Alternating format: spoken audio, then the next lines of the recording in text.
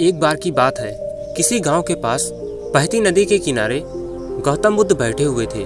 किनारे पर पत्थरों की भरमार थी, पर वह छोटी सी नदी अपनी तरल धारा के कारण आगे बढ़ती जा रही थी।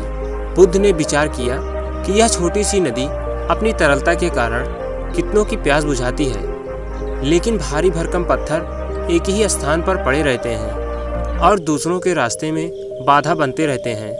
इस घटना की सीख यह है कि दूसरों के रास्ते में रोड़े अटकाने वाले खुद भी कभी आगे नहीं बढ़ पाते, परंतु जो दूसरों को सद्भावना, स्नेह और आगे बढ़ने में सहायता प्रदान करता है, वह स्वयं भी आगे बढ़ जाता है। बुद्ध ऐसे ही विचारों में मग्न थे कि तभी उन्होंने ग्रामीणों की एक भीड़ को अपनी ओर आते देखा। बड़ा शोर था और लोग किसी युवती के प्रति अपशब्द बोल रहे थे।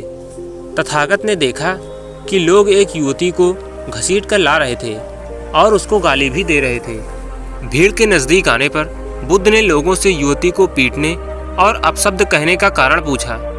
लोगों ने कहा कि यह स्त्री चरित्रहीन है, व्यभिचारी है, इसने अपने पति को धोखा दिया है और अपने पति के अलावा किसी दूसरे इंसान के साथ शारीरिक संबंध बनाए हैं, और हमारे समाज में यह नियम है कि यदि व्यभिचारी स्त्री पकड़ी जाए तो उसे पत्थरों से कुचलकर मार डालना चाहिए।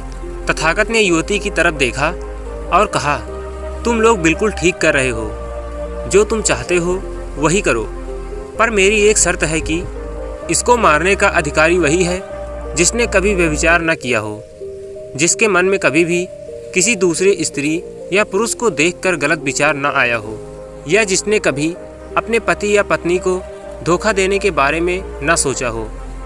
इतना कहकर तथागत शांत हो गए। चारों ओर सन्नाटा छा गया। कुछ समय बाद लोगों की भीड़ मन में पश्चाताप लिए वहां से विदा हो गई।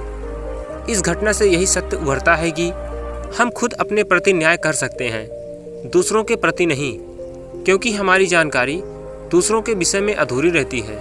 यदि हम किसी के प्रति न्याय करना चाहते हैं तो उसे ऐसा प्यार और स्नेह मिलना चाहिए कि वह खुद ही अपने दोषों को स्वीकार कर ले और उन्हें पुनः न दोहराने की कसम खाए। तथागत यह भी कहते हैं कि सबसे पहले व्यक्ति को खुद की पहचान करनी चाहिए। दूसरों के बजाय व्यक्ति खुद के बारे में ज़्यादा जानता है। बुद्ध का मानना था कि बुराई से घृणा करो, बुरे व्यक्ति से नहीं।